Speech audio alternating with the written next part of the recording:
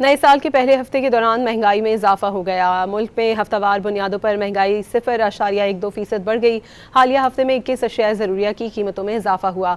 वफाकी इदारा शुमारियात ने महंगाई से मुतालिक हफ्तावार रिपोर्ट जारी कर दी। रिपोर्ट के मुताबिक एक हफ्ते में 21 अशिया ज़रूरिया की कीमतों में इजाफा हुआ। 8 अशिया सस्ती हुई। एक हफ्ते में आटा, लहसुन, LPG, पिसी हुई मिर्च, चिकन, चाय, चीनी की कीमत बढ़ी है। आलू, प्याज, दालें, टमाटर और अंडे सस्ते हुए। नए साल के पहले हफ्ते के दौरान महंगाई में इजाफा हो गया। मुल्क में हफ्तावार बुनियादों पर महंगाई 0.12% बढ़ गई। हालिया हफ्ते में 21 अशिया ज़रूरिया की कीमतों में इजाफा हुआ। वफाकी इदारा शुमारियात ने महंगाई से मुतालिक हफ्तावार रिपोर्ट जारी कर दी। रिपोर्ट के मुताबिक एक हफ्ते में 21 अशिया ज़रूरिया की कीमतों में इजाफा हुआ। 8 अशिया सस्ती हुई। एक हफ्ते में आटा, लहसुन, LPG, पिसी हुई मिर्च, चिकन, चाय, चीनी की कीमत बढ़ी है। आलू, प्याज, दालें, टमाटर और अंडे सस्ते हुए।